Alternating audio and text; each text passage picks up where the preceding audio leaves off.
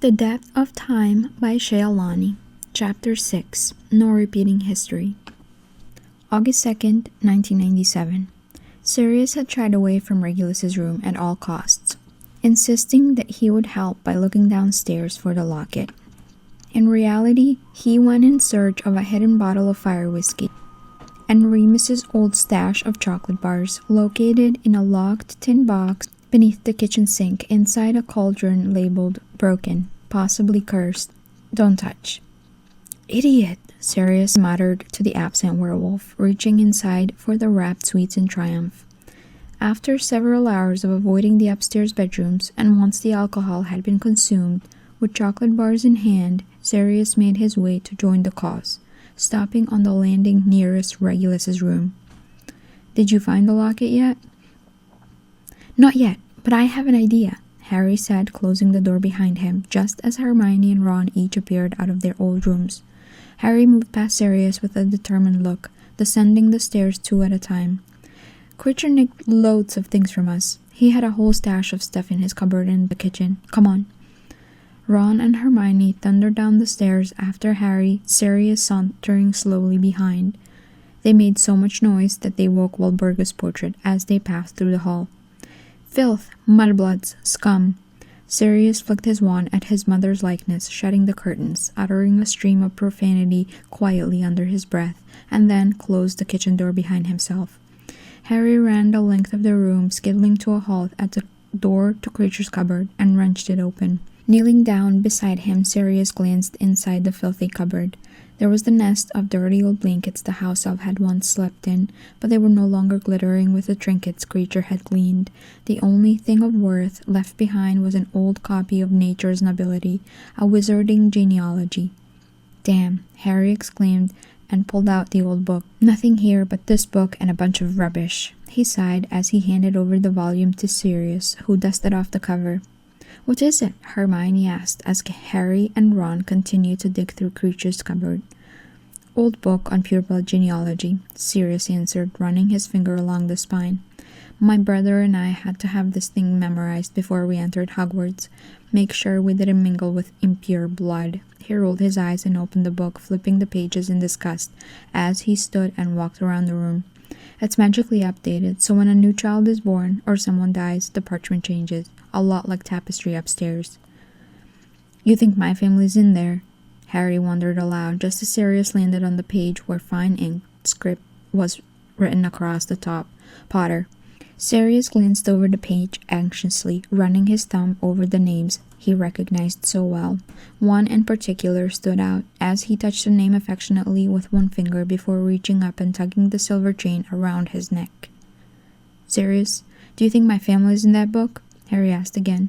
Sirius looked up from the pages and let go of the chain. Sorry, got lost for a bit. He cleared his throat and met Harry's gaze over the top of the book, while his wand, which was screened by the large pages, touched the parchment. Using a non-verbal vanishing spell, the Potter page disappeared from the book altogether. Potters used to be in the book, he explained, but when I ran off, my mother tore the page out, probably burnt it. He shrugged his shoulders and looked away, not enjoying the fact that he needed to lie to his godson. Ron sighed. There's nothing else in there, Harry, just a few dead rats. It's not over yet, Harry said as he raised his voice and called, Creature. Nothing happened. Why isn't he coming? Hermione inquired. Maybe he finally died, Sirius muttered under his breath as he closed the large book, handing it over to Hermione. Suddenly, his own words reached his head, and he grinned at the idea of the old, treacherous elf dead somewhere. Too bad he didn't leave a cake behind that we could celebrate with. Hermione glared at him. Sirius, he groaned. Not this again. He thought he was done dealing with her elf rights bullshit. Wait, what if you being alive makes your will invalid? What if he knows? Harry asked, crawling back out of the cupboard and dusting off his trousers. Sirius raised a brow. You mean I'm still in charge of the little monster? Call him and see, Harry suggested. Bloody hell, Sirius sighed. Creature. There was a loud crack, and the house elf that Sirius had so hoped would not appear did, popping out of nowhere in front of the cold and empty fireplace. Tiny, half human size, his pale skin hanging off him in folds, and with white hair sprouting copiously from his bat-like ears. "Master has returned," Creature croaked in his bullfrog's voice, peering up at Sirius with a look of disdain. "Oh, my poor mistress will be so disappointed to know that the ungrateful swine lives to bring further ruin to the noble and most ancient House of Black. Oh, my poor mistress will be so disappointed with Creature for failing to get rid of the blemish on her great and noble house." "You did just fine, you little piece of shit," Sirius reacted immediately and kicked the little rotten monster, punting him forward a good 3 feet. "Sirius!" Hermione shrieked. He forced himself to look ashamed as he recalled how the diminutive witch used to reprimand him for his mistreatment of Creature. "He has a point, Hermione," Ron noted, clearly no love lost between himself and the elf. "Creature's the reason Sirius died." "I know that," Hermione snapped at him. Sirius narrowed his gray eyes at her. "Then maybe show a little less consideration for that thing." "Out, both of you." Hermione pointed at Sirius and Ron. "Harry and I will deal with Creature." She looked incredibly upset, and not just because of how the elf had been treated. Sirius opened his mouth to protest, but she stepped into his personal space and narrowed her eyes at him stubbornly. "As far as I'm concerned, Creature is a product of his environment. You treated Creature poorly, so Creature turned on you. You are both to blame. Right now, I am having a hard time dealing with either of you when there are more important things to be concerned about." Clenching his teeth angrily, he mentally reminded himself that she might not always feel that way. He turned his anger on Creature, glaring down at him with pure hatred. "You stay in this room and answer every one of their questions, got it? You're not allowed to leave this fucking room unless they tell you to." "Whatever Master says," Creature bowed low before him. "Creature lives to serve the noble House of Black." Sirius spent a moment trying actively to avoid kicking the elf again, keeping his eyes fixed on Hermione's firm stance, using her to ground himself before storming out of the kitchen. Ron followed quickly behind him. Hermione sighed in relief as the door closed. Harry immediately began interrogating the elf. 2 years ago, there was a big gold locket in the drawing room upstairs. We threw it out. Did you steal it back?" There was a brief silence, during which Creature straightened up to look Harry full in the face. "Yes." "Where is it now?" came Harry's jubilant query, while Hermione looked on gleeful. Creature closed his eyes as though he could not bear to see their reactions to his next word. "Gone." "Gone?" echoed Harry, deflated. "What do you mean, it's gone?" The elf shivered and swayed. "Creature," said Harry fiercely, "I order you." "Mundungus Fletcher," the elf croaked, his eyes still tight shut. "Mundungus Fletcher stole it. Miss Bella and Miss Sissy's pictures, my mistress's gloves, the Order of Merlin, the goblet with the family crest, and Creature gulped for air, his hollow chest rising and falling rapidly. Then his eyes flew open, and he uttered a blood-curdling scream. "And the locket, Master Regulus's locket! Creature did wrong. Creature failed in his orders." As Creature lunged for the poker standing in the grate, Harry launched himself at the elf, flattening him. Hermione's scream mingled with Creature's, but Harry bellowed louder than both of them. "Creature, I order you to stay still." But Creature continued. "Harry, make him stop," Hermione cried as she watched the old elf continue to try to punish himself, despite Harry's attempts to prevent him. "I'm trying," Harry shouted. Hermione shrieked, "Creature, stop!" Creature stopped. "What the hell?" Harry's jaw dropped in shock. Hermione knelt beside the elf, worried that he had done permanent damage. "Creature, are you all right?"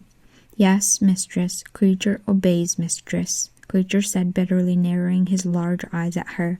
Hermione's own eyes widened at the words, and she swallowed hard as the elf continued to speak. "Even if mistress is a filthy mudblood brought into the noble House of Black by the ungrateful blood traitor," Harry gaped.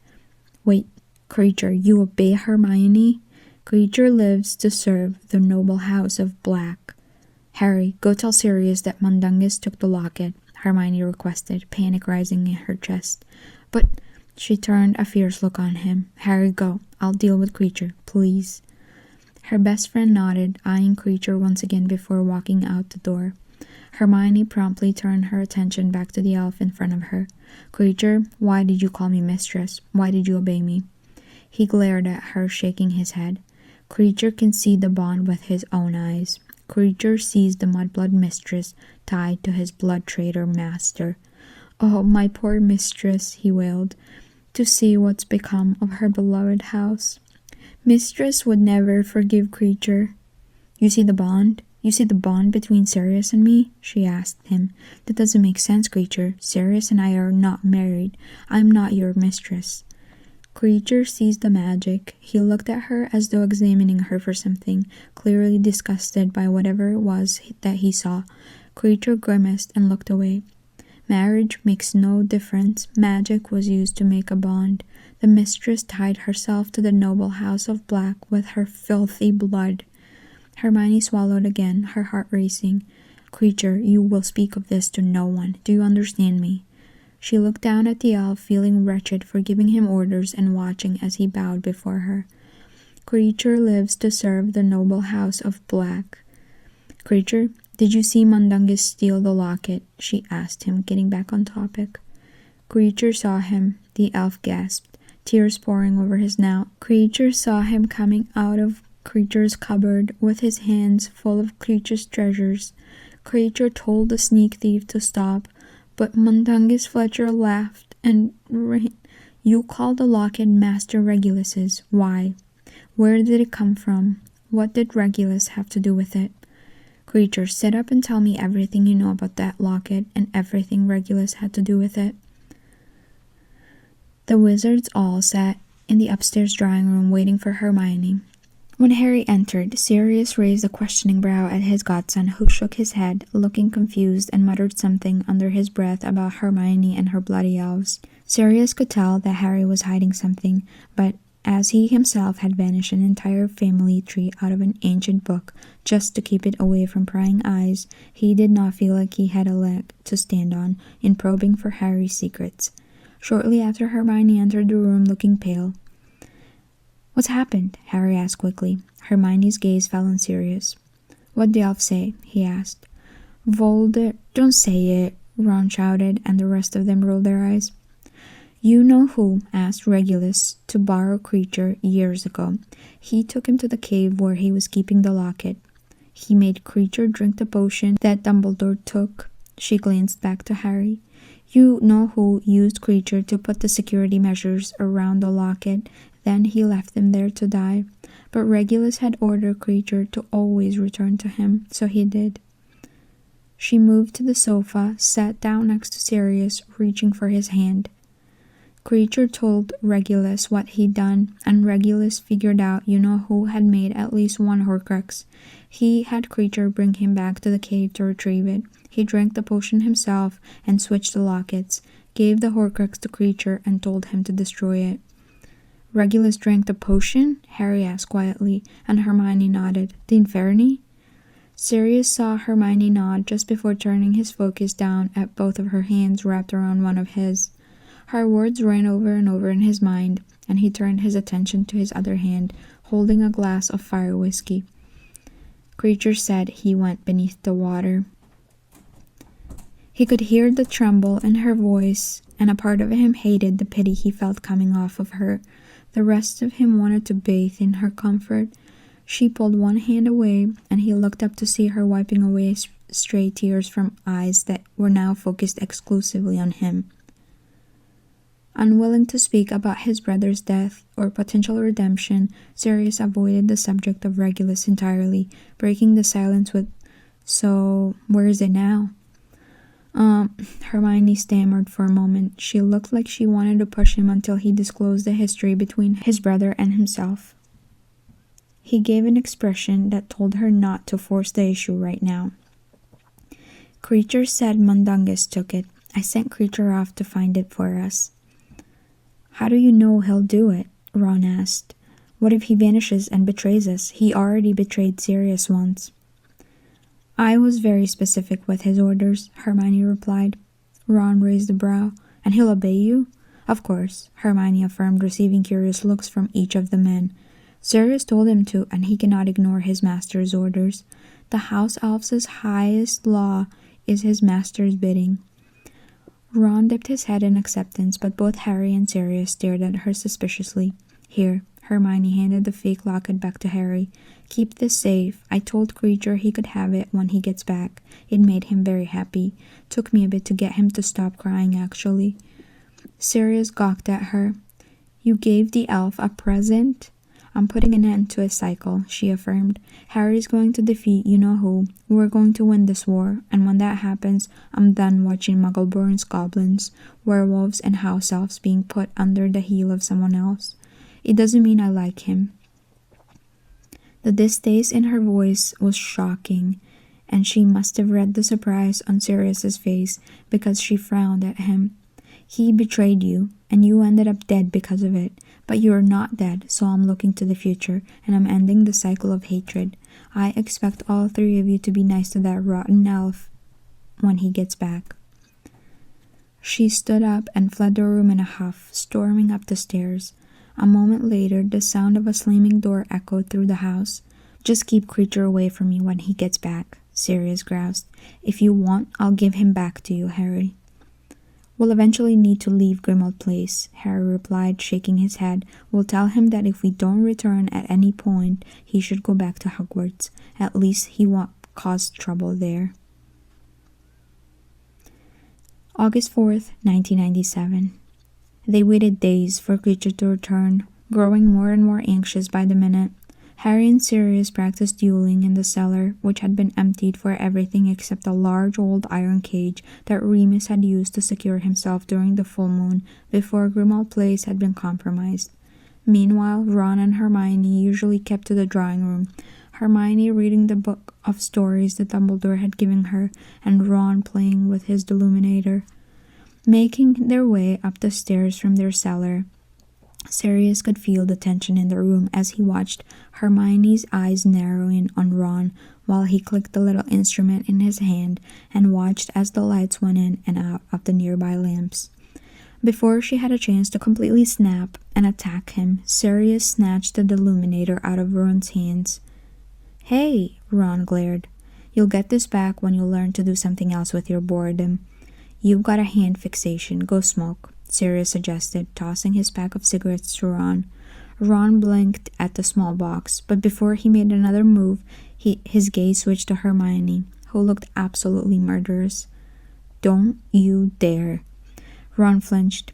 Harry averted his eyes. Sirius grinned at her. I think I'll pass, mate, Ron said, handling the cigarettes back to Sirius, taking a step out of the room, likely trying to avoid the potential blast radius. Hermione turned her narrow glare on Sirius, who was not only willing but also eager to face whatever wrath she had in store for him. Before either could say a word, however, the security curses shut off in the front hallway and everyone banded together in the drawing room, pulling their wands. Hold your fire, it's me, Remus. Oh, thank goodness, said Hermione weakly, pointing her wand at Sirius's mother instead. With a bang, the curtain swished shut and silence fell. Ron, too, lowered his wand, but Harry and Sirius did not. Remus moved forward into the lamplight, hands still held high in a gesture of surrender. I am Remus John Lupin, werewolf, sometimes known as Moony, one of the 4 creators of the Marauders map. I am married to Nymphadora, usually known as Tonks, and I taught you how to produce a Patronus, Harry, that takes the form of a stag. All right, Harry lowered his wand, but I had to be sure, didn't I? Remus appeared to relax.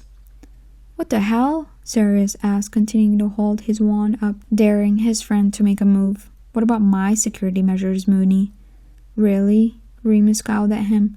Fine. During my 16th birthday party, you, Sirius Black, during a game of Veritaserum or Dare, publicly admitted to kissing. Fine, fine, Sirius shouted, holding his wand up in surrender. Fucker, he growled, as Remus, looking triumphant, stepped into the room and embraced his friend. Moving to Harry's side, he clapped the boy on the shoulders. Speaking as your former defense against the dark arts teacher, I quite agree that you had to check Harry. Ron, Hermione, you shouldn't be so quick to lower your defenses. What about me? Sirius wondered. You gave in under the pressure of public humiliation. Remus shook his head. Frankly, I'm embarrassed for you, Pads. And I hope you never end up being questioned under torture. The mere mention of your teen years will have you pouring out order secrets to anyone who asks. He chuckled, and Sirius rolled his eyes, leading them into the house. No sign of Snape, then? No, Harry said. What's going on? Is everyone all right? Yes, Remus replied. But we're all being watched. Let's go downstairs. There's loads to tell you, and I want to know what happened after you lot left the burrow. They descended to the large dining room where Hermione pointed her wand at the grate in the corner. A fire sprang up immediately, giving the illusion of coziness to the stark walls. Light from the flames reflected off the long wooden table. Remus pulled a few bottles of butterbeer from beneath his traveling cloak, and they sat down. Sirius looked at him expectantly. Butterbeer or nothing. Sirius took the small bottle but grumbled about it. I'd have been here sooner, but I needed to shake off the Death Eater tailing me, Remus said. So you came straight here after the wedding? Yes, Hermione confirmed. Since all four of us couldn't side along together without serious risk of splinching, this was the only semi-safe place we could think of on such short notice.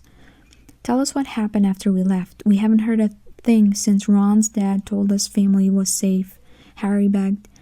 Well, Kingsley saved us, Remus said. Thanks to his warning, most of the wedding guests were able to separate before Death Eaters arrived. Were they actual Death Eaters or ministry people? Hermione interjected.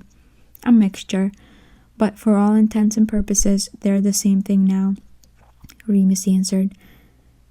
There were about a dozen of them, but they didn't know you were there, Harry. Arthur heard a rumor that they tried to torture your whereabouts out of Scrimger before they killed him. If it's true, he didn't give you away. That's surprising, Harry admitted.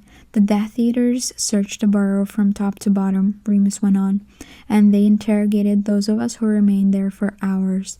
They were trying to get information on you, Harry. Of course, no one apart from the Order knew that you had been there. When that didn't work, they began asking about Sirius. Though no one outside the Order had seen you since you've returned, at least not until the wedding, rumors had reached their ears. What did they ask about me? Sirius inquired, sipping his butterbeer.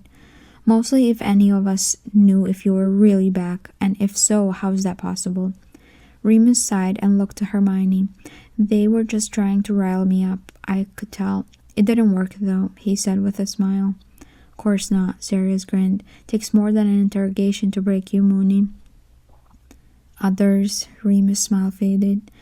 They burnt down Daedalus Diggle's house, and they used the Cruciatus curse on Tonks's parents. What? Sirius jumped and kicked his chair over, sending it skittling across the room, where it splintered against a wall. They heard Dromeda?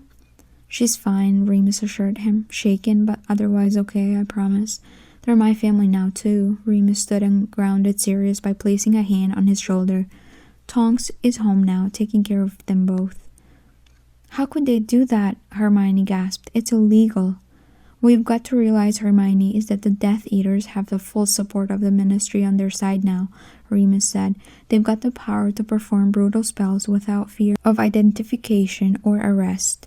They managed to penetrate every defensive spell we'd cast against them, and once inside, they were completely open about why they come. They've made Harry a fugitive, wanted for questioning over Dumbledore's death, and Hermione, they've begun a Muggleborn registration department. All Muggleborns have to register. It's a cover for bringing them in and accusing them of stealing magic. That's ridiculous. You can't steal magic, Hermione objected. Ron began pacing nervously, chewing on the inside of his cheek. People won't let this happen. It is happening, Ron, Remus said, his attention on the younger three pointedly ignoring Sirius. Muggleborns are being rounded up as we speak. It doesn't matter. You all are on a mission, and I imagine what you need to do involves keeping under the radar regardless. As he continued to speak, Sirius turned his attention to his friend. Something was off. He sniffed the air once and narrowed his eyes at Remus. Standing up, Sirius kicked the leg of Remus's chair lightly. "Come, have a chat with me, Moony." "I'm fine here, Padfoot." "Now, Remus." After hesitating just a moment, Remus stood and made his way through the door. Sirius slammed it shut before them. He could hear it when Ron asked, "What the bloody hell was that?" "What's going on?" Sirius demanded of Remus point blank. "I don't know what you mean," Remus denied quickly but firmly. "Don't fuck around, Remus," Sirius shouted, lifting his wand threateningly. "Why do you smell like fear and shame? What have you done?" "I know you didn't tell the Ministry anything about me or Harry, so what is it?" I want to come with you," Remus pleaded. "I want to help." Sirius eyed him. "That shouldn't make you shameful. What does my cousin think about you joining this little band of misfits?" "She's with her parents." "That's not what I asked," Sirius growled. "What are you hiding?" His shoulders sagged and he looked down as he whispered, "She's pregnant." Sirius lowered his wand as the unexpected announcement. He remembered the moment that Lily had told them that she was expecting. It had been one of the happiest moments of all of their lives, an announcement that helped them push past a great deal of grief and sorrow. Yet, this moment was tense, and Remus looked so guilty. Sirius wanted to celebrate with his friend, congratulate him, but he promptly figured out why the werewolf was in no celebratory mood. Eyes wide, he slapped Remus hard over the head. "You dickhead." "Ow, what the hell? You're leaving her, you stupid fuck." Sirius shot red sparks out of his wand at the floor, nearly setting Remus's cloak on fire. "She'll be safer without me," Remus yelled back. "I can do better being with you, helping Harry. It's what James would have wanted." Suddenly, Sirius's wand shot back up. His blood boiled beneath his skin. The look on Remus's face said that he knew exactly how poorly his words had been chosen. "You want to tell me again what you think James would have wanted? You are not Harry's godfather. I am. I am here to protect him, not you. I don't have a family. You do. Now get your ass out of the house and go home to them. That's what James would have wanted." "Don't you see what I've done?" Sirius's normally pale face briefly reddened in anger. "I've made her an outcast. Bellatrix tried killing her because of me. And now my child. What have I done?" "You still think that you're going to pass it on to your kid?" Sirius asked him incredulously, desperately wanting to hit him again. "How thick are you?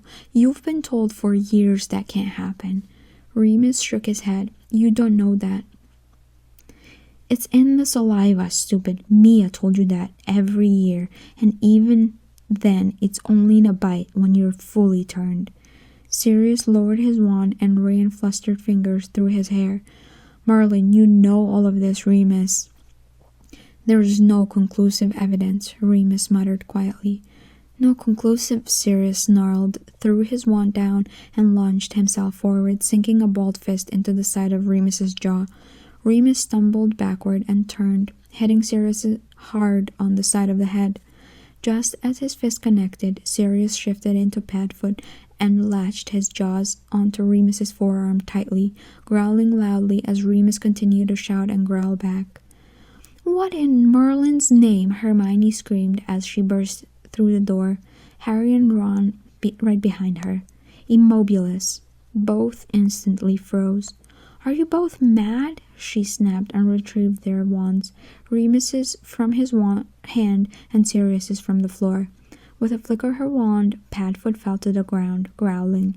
He quickly shifted back into human form and moved to the other side of the kitchen as Hermione unfroze Remus. "Now one of you tell me what happened." "Tonks is pregnant," Sirius said hastily. "That's wonderful," Hermione brightened, and she moved to hug Remus, but he shrugged her away, guilt plastered on his face. "What's wrong? Is Tonks okay?" "No, she most certainly is not okay," Remus barked. "Watch your tone with her, mate," Sirius growled, ominously enough that both Harry and Ron stepped away from him. looks of genuine fear in their eyes as they kept drawn wands moving between the two wizards. "What's wrong with Tonks?" Harry finally blurted out. "The baby could be a werewolf," Remus said out loud for the first time. Sirius rolled his eyes. "He's an idiot." "Oh, Remus." Hermione approached him carefully, placing a gentle hand on his unwounded arm. "Come, sit down, and let me fix that." She gestured to the large bite wound on his other arm where Sirius had latched on. Remus quietly obeyed, tugging on the leg of a chair with his foot and pulling it out far enough to drop into it. Hermione smiled and then turned to Ron. "Would you go and get my bag? There's a small bottle of Dittany in it. Please bring it here." "You sure?" Ron asked cautiously, his gaze wavering between Sirius and Remus as though he was preparing for them to start fighting again. "Everything will be fine. Please go," Hermione said. She returned her attention to Remus, bringing a hand to his face and tilting his chin to force him to look at her. He did, but immediately looked away again, blinking aside tears. "Remus, you're going to be a wonderful father, and your child will not have lycanthropy. It's only transmittable through a bite on a full moon." "That's what we've been telling him since Hogwarts," Sirius grumbled irritably. Remus shook his head. "There's no proof." Completely fed up with his friend, Sirius coughed loudly. "You want proof, Moony? If saliva, semen, or blood transferred your furry little problem to others without full moon, then I'd have a furry little problem of my own." Instantly, Harry and Hermione gaped at Sirius. Remus turned his head and looked quizzically at him. Sirius blinked a few times, trying to understand their expressions before explaining. Blood," he clarified, subconsciously scratching at his left shoulder where a scar rested beneath a pattern of tattoos. "Fifth year, we did a whole... and then after Hogwarts it was..." He groaned, attempting to describe it, his gaze narrowing at Remus in the process for not helping. He gave an emphatic shake of his head, and Harry swallowed a laugh. "It was like a blood brothers thing, like muggles do. Not with semen, nothing with that." "See?" Hermione smiled, stifling her own burst of laughter as she turned back to Remus and thanking Ron as he returned to kitchen with the small bottle of healing extract. "You are going to go home to your wife," she instructed clearly as she placed drops of Dittany on the bite wound, "and you are going to rub her feet and buy her ice cream and do anything she wants, and you are going to do it with a smile on your face. And get over yourself in the process," Sirius added. "Well, that's not how I'd put it," Hermione frowned at Sirius. "But yes, get over yourself. You're a good man, a good friend, a good husband, and you'll be a good father." "I agree with Hermione," Harry said, and when Sirius cleared his throat, he said, "And Sirius." Sirius watched as Remus said nothing, taking Hermione's hand with his own. His eyes drifted to her shoulder, left partially bare by the dark blue vest she was wearing. The corners of Remus's mouth turned up slightly in a sad little smile at the sight of her blemish-free skin. For several minutes, the room was silent, while he worked through his conflict internally with nothing but Hermione's hands and the presence of his friends for support. Eventually, he stood up, turned to face Sirius, and muttered, "Sorry." "Do me a favor, Moony," Sirius requested as he approached, placing a hand on the man's shoulder. "Stay with Tonks. Hide. Don't fight. I don't care what happens. I don't care if it comes down to an end. You stay with your family. You need to survive this." He glanced briefly at Hermione before returning his attention to his friend, whispering, "I need you to survive." "I need to survive this," Remus repeated. "You have a job to do," Sirius reminded him, "so you stay with your wife and child. Make yourself the bloody secret keeper and stay in the fucking house. No repeating history." Remus nodded firmly, wiping his eyes with the back of his hand. No repeating history. And that's the end of chapter 6. See you in the next chapter.